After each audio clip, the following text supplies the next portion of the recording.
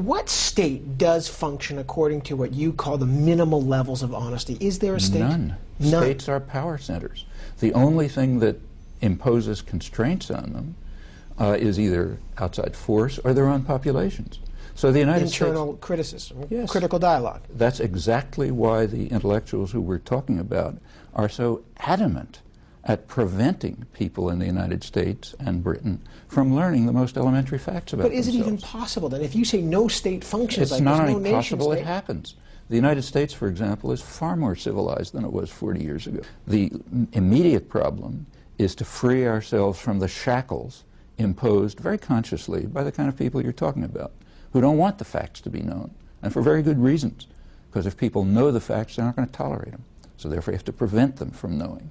You have to indoctrinate them. You have to tell them stories about how we're really good guys, and if we use violence, it must be for the general good because we represent the course of history. Yeah, that's the job of propagandists for power and violence. A number of things you have to believe to make it to top managerial positions. You have to believe that the United States is unique in history in that it acts from benevolent motives. Now, benevolent motives are not properties of states, whether it's the United States or any other one. They don't have, it's just it's meaningless to talk about. You're saying that the United States can act for... I mean, it acts because of the interests of groups that have power within it, like any other society. But anyone who believes this truism is already excluded. You have to believe that whatever the United States does is defensive. If we bomb South Vietnam, we're defending South Vietnam. If the Russians invade Afghanistan, that's not defense. Now, of course, I suppose if you go to the Politburo, they'll tell you they're defending Afghanistan. They're defending it against terrorists supported from the outside. And of course, there's a, we know that they'll in fact even tell you they were invited in. And there's a kind of an element of truth to all of that, but we naturally dismiss it as nonsense. On the other hand, when we create a government in South Vietnam to invite us in, and we attack the population of South Vietnam, and we bomb people to drive them into concentration camps to separate them from the guerrillas who we concede they're supporting and so on, we're defending South Vietnam. And anyone who doesn't agree with this is not part of the system. The Russians don't keep their promises because they are a nation like other nations. In fact, the fact is anyone who believes the promises of any nation state is out of their minds or just doesn't know anything about history, and that includes us and every other one. I think so. I mean, states follow their promises if it's in their interest to do so, and the point is to try to create a system of shared interest which will bring about a certain degree of observance to international agreements. Every power, great or small, tries to extend the influence of the extent of its degree to coerce and control and penetrate markets and so on and so forth, get resources. We happen to be the world's most powerful force. In the early post-war period, we were overwhelmingly the world's most powerful force, and therefore the United States did, in fact, we can easily document this, both in the documentary record and the historical record, the United States did, in fact, set forth on a policy of global domination. And it succeeded to a surprising extent. Since that period, and the Russians did so also in their much smaller sphere. Now, since that period, this bipolar system has, in fact, eroded. I mean, other powers have developed, Europe, Japan, elements of the Third World, and in fact, the degree of the two superpowers to coerce and control us in our huge domains and them in their smaller domains, that has declined. I could point out that again, it's quite general, every society perceives itself or tries to make its public perceive itself as benevolent. I mean, the British were carrying the white man's burden, and the French had a civilizing mission, and the Russians are doing their internationalist duty when they invade Afghanistan, and the United States is preserving democracy. And all of this, I mean, we are as much interested in democracy as the Russians are interested in socialism.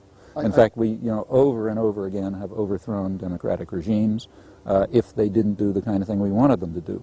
I mean, study after study has revealed the obvious, namely that American support and aid correlates essentially with the improvement of the investment climate.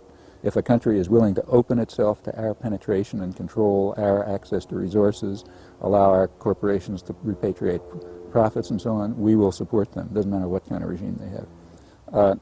It's perfectly true that the United States, or at least the American leadership and the American ideological system, have been very strongly opposed to what they call socialism. But of course they're opposed to many other things too. For example, they've often been opposed to fascism. We went to war with fascist states. They were opposed to national capitalism in Europe. I mean, the United States has been opposed to democracy For example, we were opposed to democracy, to a New Deal-style regime in Guatemala. And in fact, there's a general principle of which the opposition to so-called socialism is just one special case.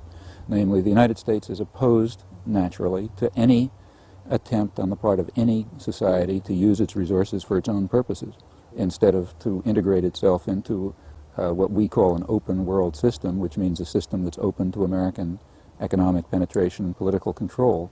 If any society deviates from that, whether it's capitalist, fascist, communist, democratic or whatever, the United States will be opposed to it. Edward Kaplan, who writes about foreign policy, I spoke to him recently about his book, Warrior Politics, and I put some of your points to him. He said about the distinction between the terrorist states that you call Israel, America, and the terrorist states that America calls the Taliban. He said, I wish Noam Chomsky had been with me in Romania in the 70s or the 80s, just one of the 7 or 8 Warsaw states with just one of the 7 or 8 prison systems with 700,000 political prisoners. Adult choice of foreign policy is made on distinctions. The argument that Chomsky makes has no distinctions because there's a difference between the quantity and the kind of dictators that America supported and the quantity and the kind of things we went in communist world for 44 years. Okay, so let's take his example, Romania, Ceausescu, hideous regime, which he forgot to tell you the United States supported. Supported right till the end, as did Britain. So the example that he gave is a perfect example, and it's a small example, because we support much more brutal regimes. I gave an example in southeastern Turkey. Several million refugees, tens of thousands of people killed, a country devastated. That's rather serious. Nobody accused Milosevic of that in Kosovo. East Timor, we supported, Indonesia. Was one of Suharto was one of the worst killers and torturers of the late 20th century. The United States and Britain supported him throughout. He's our kind of guy, as the Clinton administration said in 1995. Horrible atrocities. In fact, when he came into office in 1965 with a coup, the CIA compared it to Hitler, Stalin, and Mao. It led to total euphoria in the United States and Britain, massive support. When he carried out even worse comparable atrocities elsewhere, the couple of, hundreds of thousands of people killed then, hundreds of thousands later, full support, continued right through the end of his rule. In fact, continued past his rule. In late 1999, when they were rampaging and destroying what was left of East Timor, the U.S. and Britain continued to support him. And I can continue through the world like this. Well, Kaplan says that there is a distinction. Everyone's got some blood on their hands, but he says, we have significantly less blood because what we are is a soft imperialist, not state terrorist. So like when we supported his example, Ceausescu in Romania right to the end, that's good. How about killing several million people in Vietnam? How about killing hundreds of thousands of people in Central America in the 80s, leaving 4 countries devastated beyond, maybe beyond recovery? It's about Machiavellian virtue. Sometimes we do a bad thing to protect our democratic and our good institutions and a just society. Yes. Now, how are we protecting our democratic institutions by supporting mass slaughter in southeastern Turkey in the last few years? Was that supporting our democratic institutions? Was it supporting our democratic institutions? Not ours, but anybody. Would Kaplan argue that the nation state has a right to use any means necessary to protect its sovereignty? Oh, then he's justifying Milosevic. He's saying Milosevic had the right to do anything he wanted to repress the Kosovars in Albania. Is that what he's saying? Do we need a constabulary, a force, a central force? In this case, it's America because it's the superpower, to sometimes use unjust means in the service of just causes. What are the just causes? What was the just cause in, for example, slaughtering Kurds in southeastern Turkey? What was the just cause? What was the just cause in supporting Suharto when he killed a couple 100,000 landless peasants in Indonesia, went on to become one of the biggest torturers in the world, and then slaughtered a third of the population of East Timor? What was the just cause? What was the just cause when we invaded South Vietnam 40 years ago? This is the 40th anniversary of the public announcement of the U.S. attack on South Vietnam, ending up killing millions of people, leaving the country devastated. They're still dying from chemical warfare. What was the just cause? What was the just cause when we fought a war to a large extent against the Catholic Church in Central America in the 1980s, killing hundreds of thousands of people, every imaginable kind of torture and devastation. What was the just cause? Can I continue? Yeah, the just cause for people like Kaplan is we did it. There are many evil forces in the world. If we want to stop atrocities, I think it's a great idea to reduce the level of atrocities and violence around the world. The easiest way to do it, simplest, is to stop participating in it. If we stop participating in it, we will already reduce the level of atrocities and violence enormously. And if we can ever reach the moral level, minimal moral level, of terminating our own massive participation in atrocities, then we can move to another question of what we do about the atrocities of others. And I think it's right to deal with them. Yes, there is an enemy. There are people who carried out crimes against humanity, and there are ways to deal with crimes, not by bombing another country and putting millions of people at the risk of starvation. That's not a way to deal with crimes. When the U.S. was condemned for international terrorism in Nicaragua, and then vetoed a security, and dismissed the condemnation by the World Court, of course, and escalated the crimes, and vetoed a Security Council resolution calling on it to observe international law, the right reaction for Nicaragua was not to say, we have seen the enemy and we must destroy them, so therefore let's set off bombs in Washington. But if it's wrong for them, it's wrong for us. Again, by elementary moral standards. So we should ask, well, what was right for them? And what's right which would be right for us? And I think they couldn't do what was right for them because we blocked it. We're too powerful. But we could do what was right for them, and we never even considered it because we don't rise to that minimal moral level. When we investigate the foreign policy of any state, we find, first of all, an official doctrine that attributes to state policy honorable intent, though occasional failure, due primarily to the machinations of evil enemies. Thus, Soviet propaganda proclaims the commitment of the Soviet Union to peace, democracy, and human rights, describes the Soviet posture as defensive, and identifies U.S. imperialism as the prime source of disorder and suffering throughout the world. Official U.S. doctrine is the mirror image, and the pattern is far more pervasive, if not universal. If we investigate further, we regularly discover that official doctrine is quite inconsistent with the historical and documentary record. In our case, we are fortunate to have access to a rich documentary record for earlier years. We discover, not surprisingly, that it conforms to the pattern of evolving events and is entirely inconsistent with widely proclaimed doctrine. Now, I cannot hope to establish these conclusions in a few minutes. Rather, I'll try to sketch the main outlines of what I believe you will discover if you explore the record on your own, as I very much hope you will. I'll focus on Central America and the Middle East in the post-World War II period, but the record for earlier years and other regions is much the same. The United States emerged from World War II in a position of global power with few, if any, historical precedents, and U.S. elites were well aware of the fact. Through the 1940s, they carried out sophisticated geopolitical planning, which is on record, to fashion a global order that would be responsive to their interests. During the war, top State Department planners carried out extensive studies with the Council on Foreign Relations to develop the general outlines of global policy, later applied to particular regions.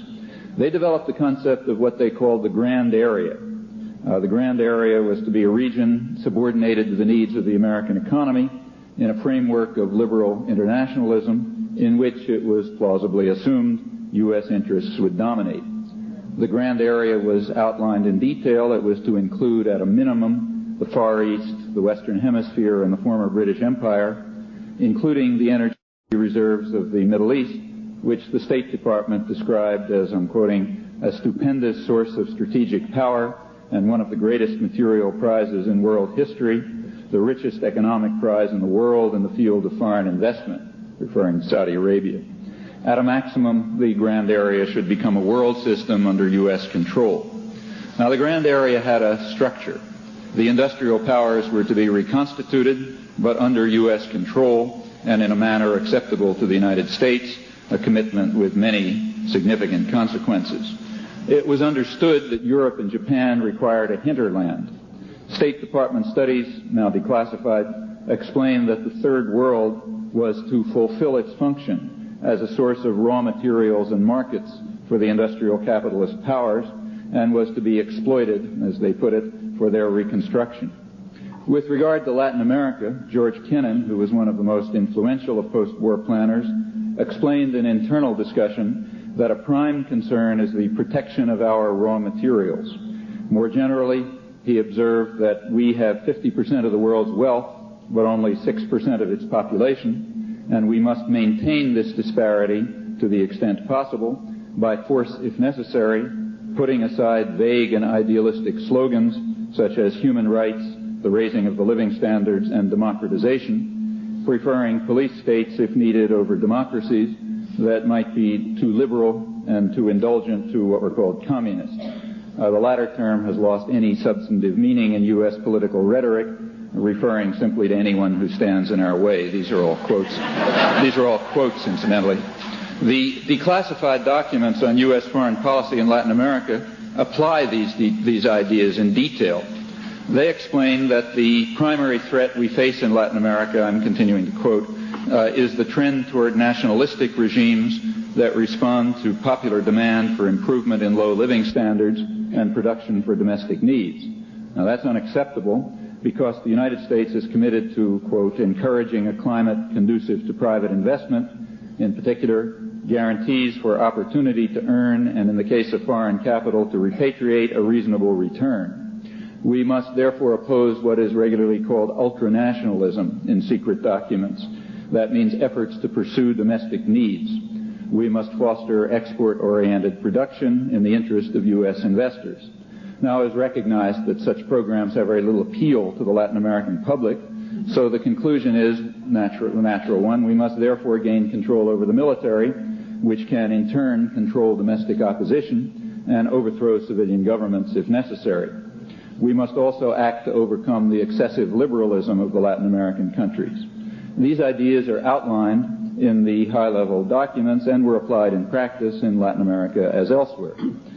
If some group or country succumbs to ultranationalism, it must be disciplined by the local security forces under U.S. control if possible, or by direct U.S. subversion or aggression. And the modern history of Latin America is to a significant extent an application of these doctrines. So a brief experiment in capitalist democracy in Guatemala was terminated in 1954 by a CIA coup installing a murderous terror state that has been maintained by regular U.S. intervention to block elections and to conduct regular repression and massacre. These operations reached a peak in the past decade with perhaps 100,000 people killed and innumerable others tortured, maimed, and starved, all of this enthusiastically supported by the Reagan administration. Meanwhile, Honduras was turned into a U.S. military base with increasing human rights violations, reaching several assassinations a week last year, and hundreds of thousands of peasants starving to death while the country exports snow peas and beef for U.S. markets, that being a typical consequence of the U.S.-imposed aid and development model. In El Salvador, in the late 1970s, there was a proliferation of popular organizations, largely church-based, that threatened to lay the basis for meaningful democracy and social reforms. The Archbishop pleaded with the United States government not to send aid to the junta because it would be used, he said, to destroy the people's organizations fighting to defend their fundamental human rights.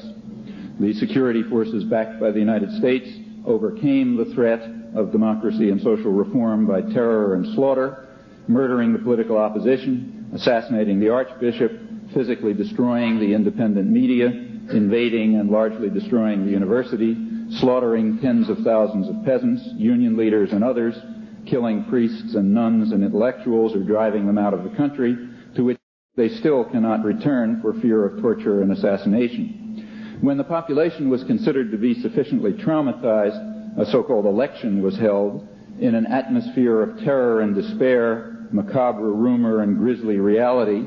in the words of the British Parliamentary Human Rights Group that observed it.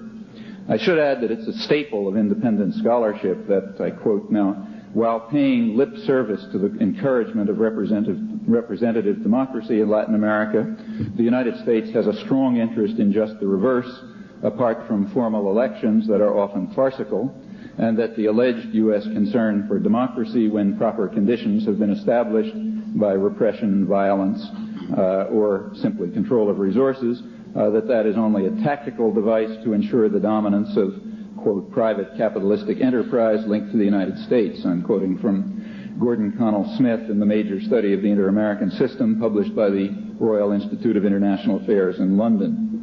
As the leading U.S. academic scholar on human rights in Latin America has put it, the goal of the military authoritarian regimes sponsored by the United States has been to destroy permanently a perceived threat to the existing structure of socioeconomic privilege by eliminating the political participation of the numerical majority, principally the working or popular classes. That's what we call democracy.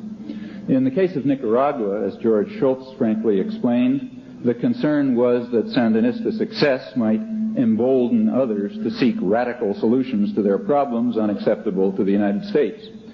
Therefore, the United States followed what in fact is quite a traditional pattern, attempting to force Nicaragua into the Soviet orbit by military attack, pressures on allies and international lending institutions to refuse military and other aid, economic warfare that had a lethal effect in a desperately poor country, ideological warfare here and abroad, including Nicaragua, where the U.S. in fact dominates the media in much of the country. The purpose was to abort the early successes of the Sandinista revolution in health, welfare, and development, and to ensure that the virus of independent development does not infect the region, to use the standard terms of, in this case, Henry Kissinger and others. There have been numerous other examples over the years. Now, policy does vary. So at the hawkish extreme, we have the Reaganites, who favor force over diplomacy and thunder that negotiations are a euphemism for capitulation if the shadow of power is not cast across the bargaining table, and that the purpose of our aid is to permit people who are fighting on our side to use more violence. That's George Shultz and Elliott Abrams, respectively. At the dovish extreme, we find Robert Pastor, who was Director of Latin American Affairs for the National Security Council under Carter. He explains that, quoting, the United States did not want to control Nicaragua or other nations of the region, but it also did not want to allow developments to get out of control. It wanted Nicaraguans to act independently, except when doing so would affect U.S. interests adversely.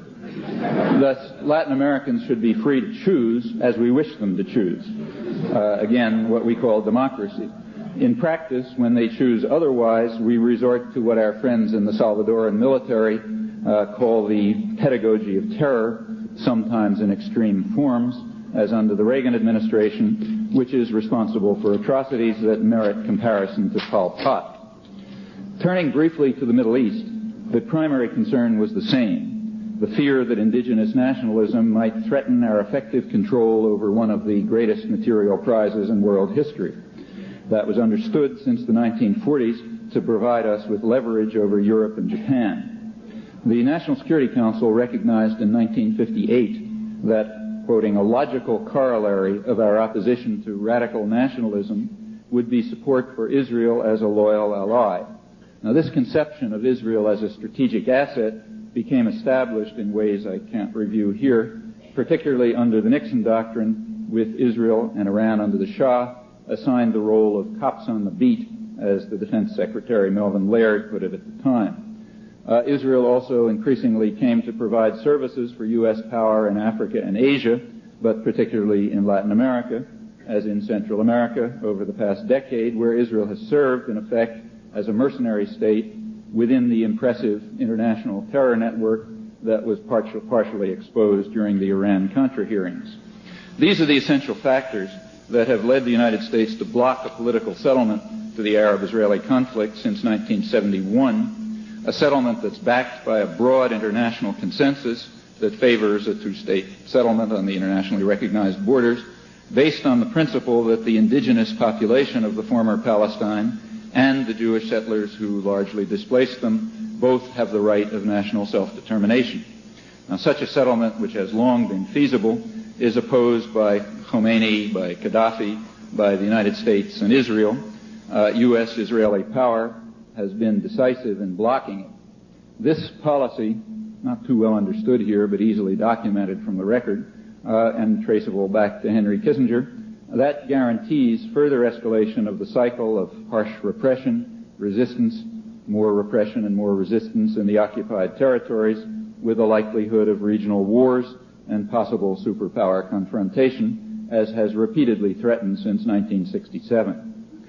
Now, these are, I think, the main outlines of what you will discover if you review the ample documentary and historical record, a record that is very remote from official pieties, as we regularly discover in investigating international affairs and their ideological cover. Let me just comment a little bit on some of those remarks. First, Mr. Pearl pointed out that the Soviet Union and the United States are internally very different societies. I absolutely agree, and anybody who can think their way out of a paper bag will notice that that has no relation whatsoever to my comment that in every state you look at, whether it's the Soviet Union or the United States or anyone else, you'll find official pieties, and you'll find a historical and documentary record, and they want to have anything to do with each other. With regard to the reconstruction of Europe, well, that wasn't my main topic. I'd be very much interested in talking about it if someone would like to raise questions. Let me just stress again what I said. The United States planned in the highest level planning documents during the war and later to reconstruct Europe in the context of liberal internationalism, in which it was assumed that U.S. interests would prevail, given the relations of power.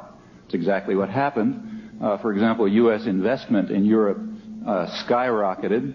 The United States was deeply concerned that if the United States did not reconstruct Japan and Europe, they would associate themselves with our enemies. Japan, it was assumed, would associate itself with China, with the Soviet Union. We had to block this, therefore we had to reconstruct them under our own control. In particular, the control over Middle East oil was always regarded explicitly as a lever to ensure, as George Kennan put it, a veto power over them. Notice that these policies of liberal internationalism, in fact, worked. Let me stress that the documents that I was citing, of course they're a small selection, were not random comments by this or that person. I was quoting the the most comprehensive statements of the policy planning staff of the State Department and the National Security Council. The statements I quoted are reiterated over and over again, often verbatim, consistently in the documentary record. And they, in fact, as you will discover if you look, represent the core of thinking in the 1940s and the early 1950s, when the framework of the current world order was established. As far as Europe was, Mr. Pearl is correct when he says that the United States fosters stability and prosperity of a very special kind, the kind in which we can prosper. So it's the kind of stability in which, for example, Honduras exports snow peas and beef, but doesn't feed its own population. And we also foster democracy, namely the kind that we like. So, for example, in the late 1940s, the United States intervened in Japan and in Europe to conduct a reverse course, which destroyed the anti-fascist resistance, which repressed labor, which broke up unions, which broke up the independent media, which reconstructed business control, and in fact restored pretty much the old order, but now within the framework of U.S. power. And in fact, that explains the kind of democracy we want, democracy under business control linked to us. The aid to Nicaragua that Mr. Pearl mentioned is a perfect example. The aid did not go to Nicaragua. It went to the business sector in Nicaragua, to the private sector, in an effort to block the Sandinista revolution. Mr. Pearl regards it as astonishing that we attempted to drive Nicaragua into the Soviet orbit. Here comes a question. I would like to ask what you think are the consequences of organizing a military force based on the National Guard with the aid of Argentine neo-Nazis to attack a country, then preventing them from getting any military aid from abroad, turning down their request to us for arms, blocking aid from international institutions, launching economic warfare, including finally a blockade, when you attack a country and you prevent them from getting arms from anywhere else except the Soviet Union, exactly what does one think is going to happen? Does it take a genius to conclude that they're going to rely on the Soviet Union? When we instituted that blockade in 1985, Nicaraguan trade with the Soviet Union was in fact 20%. With the whole East Soviet bloc, including Cuba, about the same as ours, much less than Europe and much less than the Third World. The purpose of the blockade, as the purpose of the attack, was obvious. It would have the intended consequence of forcing the reliance that we require as a retrospective justification for attacking them for quite different reasons. Now, as to the atrocities that are comparable to Pol Pot, again, I urge that you look at U.S. government records.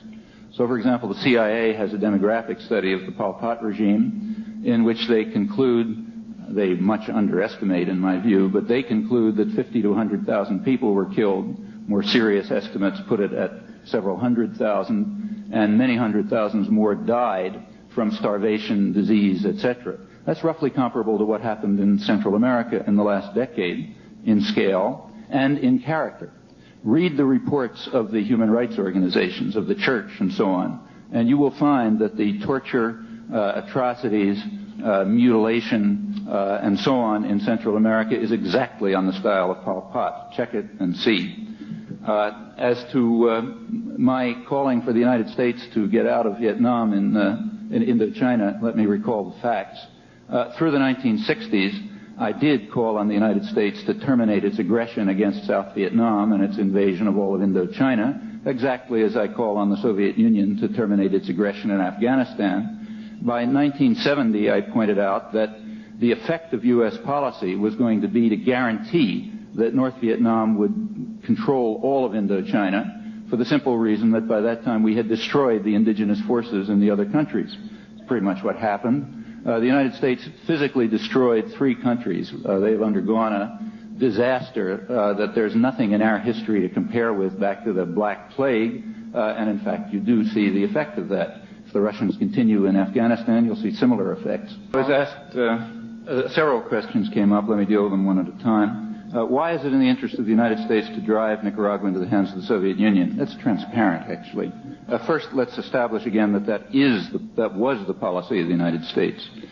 Simply to review the record, the Carter administration tried very hard to, first of all, supported Somoza until virtually the end, long after the Nicaraguan business community, our natural allies, turned against him, and after our other Central American allies turned against him. When it became impossible to support Somoza, because he was obviously gone, the Carter administration tried to maintain the National Guard in power. In fact, it called upon the Organization of American States to intervene to maintain the National Guard in power in a policy that Latin Americans called Somocismo without Somoza. That failed. The Latin American countries refused to go along. After that, the Carter administration tried in every way to rescue the National Guard. So, for example, they sent American planes under Red Cross marking, it's a violation of the laws of war, incidentally, into Managua to take National Guard officers out. The Contras were reconstituted on the border. They were quickly picked up by the Reagan administration and turned into a terrorist force to attack Nicaragua. Meanwhile, the Carter administration offered aid, but not to the Sandinista government. Let me repeat that. That aid went to the private sector. It was, again, a last-ditch effort to try to prevent the Sandinistas from coming into power. Now, maybe the Carter administration would have made some arrangement. We can't tell. But when the Reagan administration came in, that was finished. They launched an attack against Nicaragua almost immediately, both a military attack and an economic attack. They prevented our allies from sending aid to Nicaragua. So, for example, there was pressure put on France to stop them from providing arms. The story about arms in El Salvador, I'll go into it if you like, but there's nothing to it. Both economic warfare and military warfare increased. International lending institutions were pressured to stop giving aid. An embargo was called at a time when Nicaraguan trade with the entire Soviet bloc was roughly comparable to ours. Again, I say it does not take a genius to figure out that the result of these policies will be to force them to rely on the only group we allow them to rely on to defend themselves against our attack. So assuming something short of total stupidity, that was the purpose, since it was obviously the perfectly predictable consequence, and the consequence that to a limited extent took place. But that's now why I didn't quite answer yet why we wanted to do it. Well, the answer to that's obvious. In fact, it's a consistent pattern. We did it when we wanted to overthrow Guatemalan democracy. We did it when we wanted to overthrow Dominican democracy in 1965. If you want to attack and destroy a political system, there's a way to do it within our political culture. Try to show that it's an agency of the Soviet Union. Once you've succeeded in establishing that, then you can attack and destroy. This is a record that has been replayed so many times since 1947, when Dean Acheson pioneered it with a totally fabricated account, as he more or less conceded, of the Soviet intervention, which didn't exist in Greece at the time of the Truman Doctrine. As he knew and as we now know, the Soviet intervention was an attempt to try to get the Greek guerrillas to stop interfering with an imperial settlement that they had made with Britain, which granted Britain control over Greece. That's not even debatable anymore. That record has been replayed over and over. The Soviet Union, incidentally, does exactly the same thing when they want to invade Hungary or Czechoslovakia or whatever. They argue that they're defending it from CIA machinations, and they try to show that they're working for the CIA, etc. Other powers do the same thing. It's an obvious way we should do it. Now, was U.S. policy as inept as Mr. Pearl suggests? On the contrary, it was extremely successful.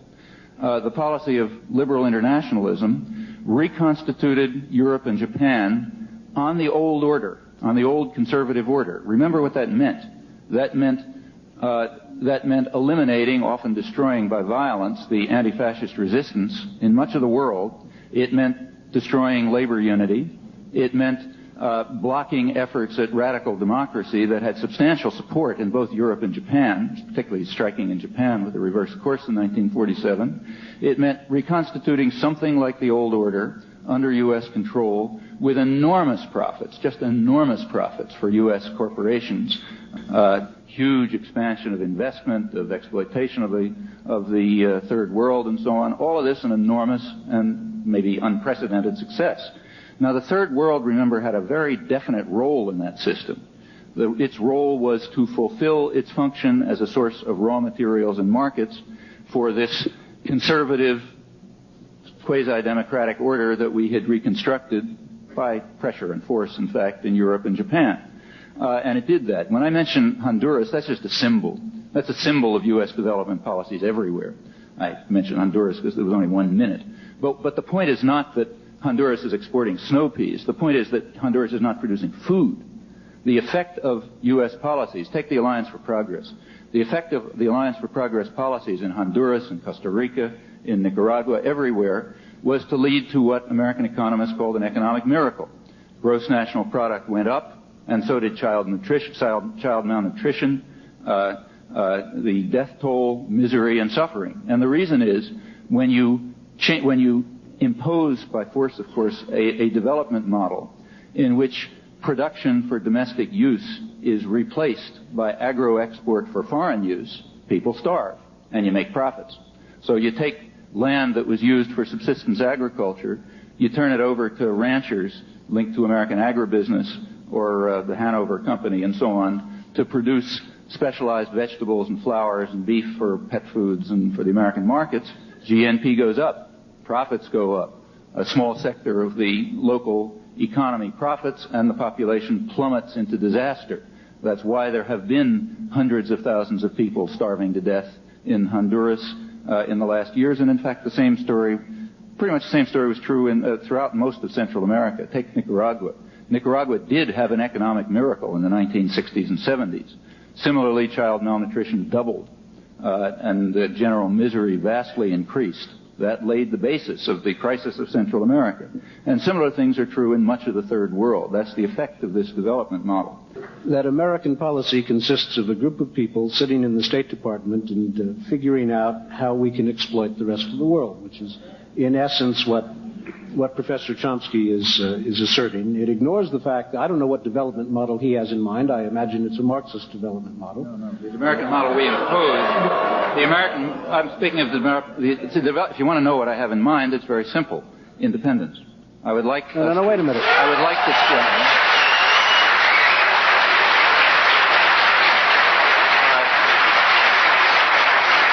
Let me just say again, it's the same development model. That's not a development model. No, because I don't think... Is there any country that has followed the development model that you would recommend? I think you're missing my point.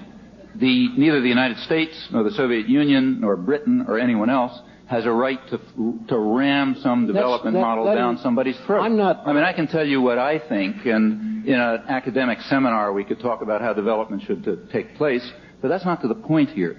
The question is whether the countries of the world and the peoples of the world are allowed to pick their own development model. That's the question. Of course they are, and in fact, if you look at the countries that have been most prosperous and most successful, that have picked their own path, and whose people have prospered and whose institutions are democratic and flourishing, they are, for the most part, countries that have maintained close and friendly relations with the United States. And if you look at the Pacific Basin, for example, the success stories in the Pacific Basin are countries like Taiwan and Japan and Korea. You can look at Singapore. You can look at Hong Kong.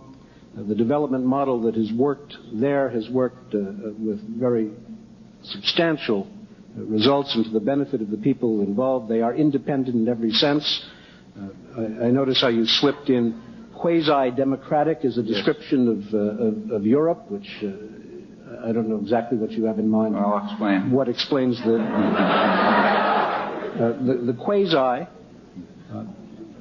but it is a relevant question which you've dodged as to what development model you have in mind, because I think what I detect underneath all of this is a simple equation of independence with a development model that you happen to prefer that is something other than a capitalist model of development. And I think you ought to tell us what it is. Well, you see, you're assuming that I have your values, and I don't have your values. I'm quite sure you don't. Let me continue. I have my own ideas about how development takes place, but my point is that neither I, nor you, or the U.S. government, or the Soviet government, or anyone else has the right to ram those ideas down someone else's throat. No one's quarreling about that. If we were to have a discussion on development models, I'd be perfectly happy to discuss it. It's just not relevant here. I mean, in fact, let's take a look at the development models that you say have worked. If you look at them, you'll notice something very interesting. The ones you mentioned are the right ones. They worked in a particular way, the Pacific Basin. But in order to understand those development models, you have to look at the history of those regions. See, history and documents and so on really are important. You can't just spin this stuff out of your head. Now, the countries that have developed in the Pacific Basin are, in fact, the countries that are the former Japanese colonies. And there's a reason for that. Japanese colonialism was very brutal, but it was quite different from European colonialism. You look back at the record, you'll find it operated in a different way. Japanese colonialism, while extremely brutal, actually carried out development. And in fact, if you look at the history of these countries since the period of Japanese colonization, you'll see that development took place, industrial development, in fact, under conditions of extraordinary brutality. It then, of course, stopped during the Second World War and post-World War period, and then took off again where it was under pretty much the same model, namely a state-controlled, directed economy, which is what they have. We call it capitalism. It has very little to do with capitalism. Well, that's a particular kind of development model. It didn't just come by free choice. I mean, in Korea, say, it came after 10 years of war. The Korean War started in 1945, remember. In 1945, when the United States intervened in South Korea, and the Soviet Union came into North Korea, what happened was that a civil war began. And in South Korea, about 100,000 people were killed before what we call the Korean War broke out, with plenty of border conflict across the borders. The Russians pulled out, incidentally. That's the basis for the Korean War. Then came the fighting, the destruction of Korea, the control over it by the conquerors. Well, that wasn't what you may say it's good or bad or whatever. It certainly wasn't free. In Taiwan, the development was carried out under, in fact, a conquering army, the Kuomintang army. And similarly, in Indonesia, let's say, the development, again, wasn't just free. I mean, in Indonesia, there was a military coup in 1965, strongly supported by the United States. 700,000 people approximately were slaughtered within 4 months, mostly landless peasants. That destroyed the only mass-based political party in the country, and then came with U.S. enthusiastic support, I should say, then came a certain kind of development model, one which opened the country up to exploitation by Canada, by Japan, by the United States, and a certain kind of development, if you like. All of these are forms of development, but they didn't come by free choice. They came by forceful imposition, just as the development in Hungary didn't come by free choice. It came by forceful imposition of a different kind, undoubtedly. The kind of, the forms of U.S. intervention are different from the forms of intervention of other countries for all sorts of reasons, but it's rammed down people's throats. It's not their choice. When moves began to take place in a way inconsistent with our officially stated goals, namely when the threat of ultranationalism began to develop, independent regimes responsive to the demands of the population for improvement in their living standards and diversification of production, we have repeatedly intervened by force to block it. We did so in Guatemala since 1954, over and over again. We did it in the Dominican Republic. We've done it in the Southern Cone. We've done it throughout, extensively in Central America in the current period. We're doing it now in the Philippines. There's case after case after case. Now, let me separate again two issues. What's the right kind of development model? The proper topic for an academic seminar. What's the right kind of policy? The right kind of policy is one that allows people to be as free as they can to determine the course of their own affairs without foreign intervention, without violence. 40,000 dead Nicaraguans qualify as terrorism? If not, please explain.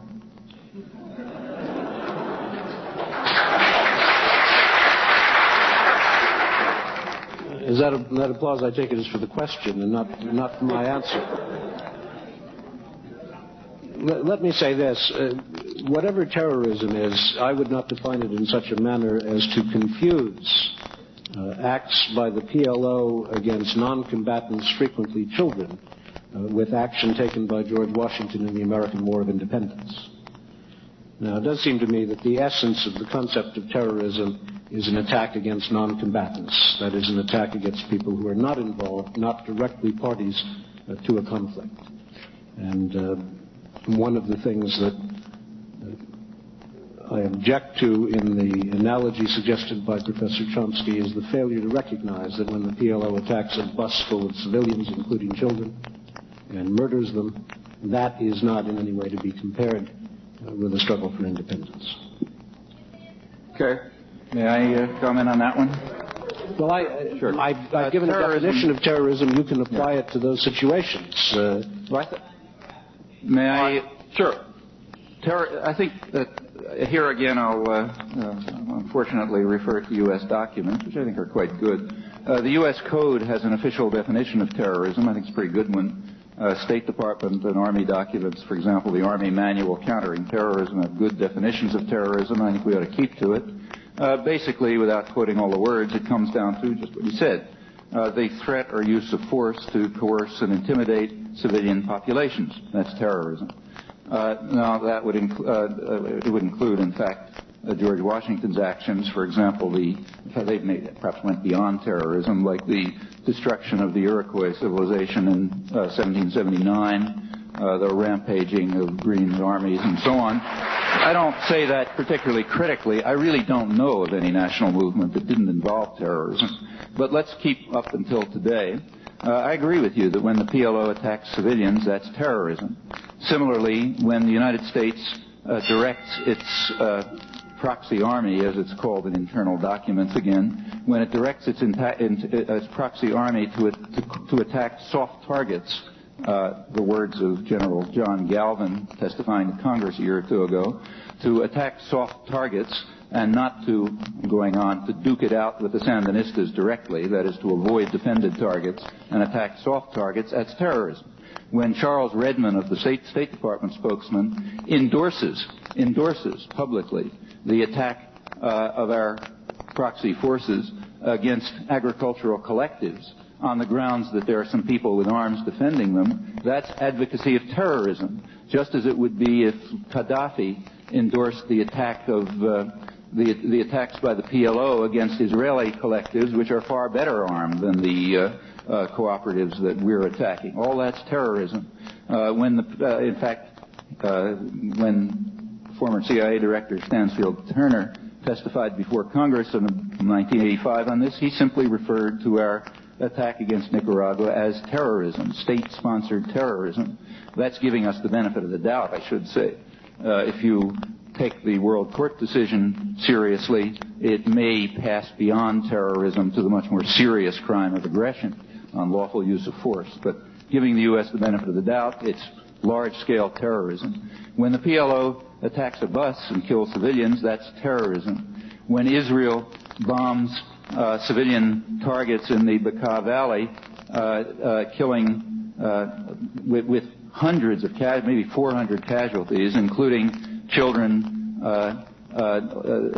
killed in a bombed-out schoolhouse, mosques destroyed, markets destroyed, and so on, that's terrorism.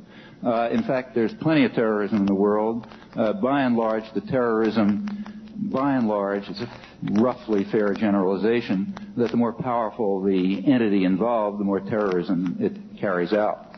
There are exceptions, but there's no doubt that we're doing quite well in that conflict. I might point out that we're one of the few countries in the world that's officially committed to terrorism. There are other terrorist states, but I want to stress that the United States has an official commitment to terrorism. The attack against the commitment to attack soft targets, such as agricultural cooperatives, that's an official commitment to terrorism. In fact, if you take a look at the U.S. Army published manuals on low-intensity conflict, the policy we're officially committed to, you will notice that the definition of low-intensity conflict happens to be almost word for word the definition of terrorism. The use of measures short of aggression to coerce and intimidate the population. That's low-intensity conflict. Take a look at the definitions. It's not that we're the only terrorist state, but we're ranked rather high in the competition for major terrorist power. Discussion so far has been relatively, at least, cool and abstract and antiseptic. We have not looked into the eyes of the victims, as is often the case. The terrorized peasants, the slum dwellers of El Salvador, they've been remote from our consciousness. The maimed victims of the forces we send out to attack soft targets in Nicaragua, the children with broken limbs in a Gaza hospital, a peasant woman trying to cook in the rain in the ruins of her home demolished in collective punishment in what Israel, with our aid, is turning into a vast concentration camp. Having just returned from the West Bank, and shortly before from Central America, these images do happen to be vivid in my mind. I haven't talked about them. I'd like to use these last few moments just to outline the radical shift in policy that I think American citizens should induce our government to undertake, and we have ways to do it. With regard to Nicaragua, I think we should follow the advice of the leading democratic figure in Central America, Jose Figueres, who was the founder of Costa Rican democracy. He returned recently from a trip to Nicaragua, which he described as an invaded country, and he called upon the United States to allow the Sandinistas to finish what they started in peace. They deserve it. For the first time, he said, Nicaragua has a government that cares for its people, one that was elected as freely as anyone else in Central America except for Costa Rica. He found a surprising amount of support for the government, he said, despite the destruction of the economy caused by U.S. terror and economic warfare. As is understood throughout the world, this is the reason why the United States government has been unable to convert its proxy army into a guerrilla force, despite the unprecedented support lavished upon them, vastly beyond anything available to authentic popular or guerrilla movements. We should put aside our reliance on violence and our defiance of international law. We should terminate our dedicated efforts to block a peaceful settlement in Central America. We should offer large-scale reparations for recovery from the destruction for which we are responsible. With regard to El Salvador, we should listen to the Archbishop, who calls upon the government we established to accept the offer for negotiations on the part of the indigenous guerrilla forces and to halt what he calls the escalating terror of the death squads, as he now does. We should heed the church-based human rights organization that denounces the continuing state terror and described Salvadoran society as, I'm quoting, affected by terror and panic, a result of the persistent violation of basic human rights, a society living under collective intimidation and generalized fear that accepts the frequent appearance of tortured bodies because basic rights, the right to life, has absolutely no overriding value for society. We should attend to the recent polls taken by the Jesuit University of San Salvador, which show that 95% of the population prefer economic and humanitarian aid over military aid of any kind, and that 75% oppose both of the political parties that are permitted to function under U.S.-backed state terror called here democracy. The same is true with regard to Guatemala and Honduras, which, like El Salvador, remain under effective military rule behind a thin civilian facade which is erected primarily to extort money from Congress for the benefit of the wealthy and the privileged. In the Middle East, we should reverse our policy of unswerving rejectionism. We should join the very broad international consensus favoring a political settlement with a Palestinian state on the West Bank and Gaza within a regional settlement, with the Palestinians permitted to select their own representatives for negotiations. That means the PLO, which has every bit as much legitimacy as the Zionist organization did in 1947. More generally, we should have the courage and the honesty to face some truths about ourselves and what we do in the world, even if those are unpleasant truths. We should ask why the United States rejects the World Court decision, calling on it to refrain from the unlawful use of force against Nicaragua, why we veto resolutions at the United Nations Security Council calling on all states to observe international law, and why we repeatedly stand alone, or almost alone, in the General Assembly on issues of peace, disarmament, and observance of law. We should ask why we have consistently sought to remove conflicts from the arena of politics and diplomacy to the arena of violence, where we can hope to prevail. We should ponder the meaning of the fact that, as studies have repeatedly shown, U.S. foreign aid correlates closely with torture and egregious human rights violations, and not with need, that it has been used for a form of development that leaves the majority of the population in greater misery and destitution.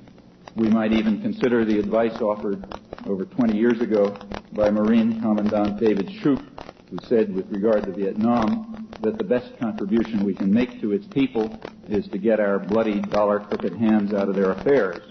And if we can achieve this much, we should consider how we might begin to play a constructive role in the lives of miserable and suffering people throughout the world, instead of treating them as instruments to serve our purposes, or more accurately, the purposes of those elite groups that shape U.S. policies in their interests, not yours or mine.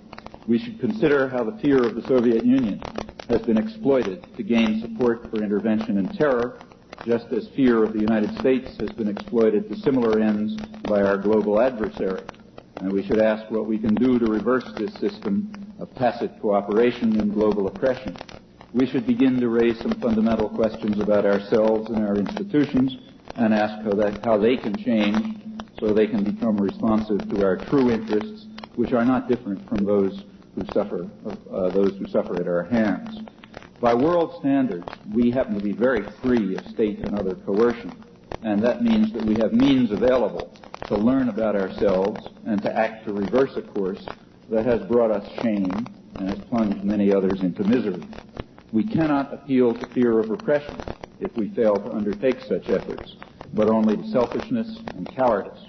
More than any other power, we have the resources to contribute to freedom, human rights, and social and economic development, just as we have the power to destroy and oppress, which is just what the United States government will continue to do if its citizens choose the easy path of obedience and apathy. Ample opportunities are open to us. Our willingness to make use of them will determine the fate of many millions of suffering people in the world, ultimately our own as well.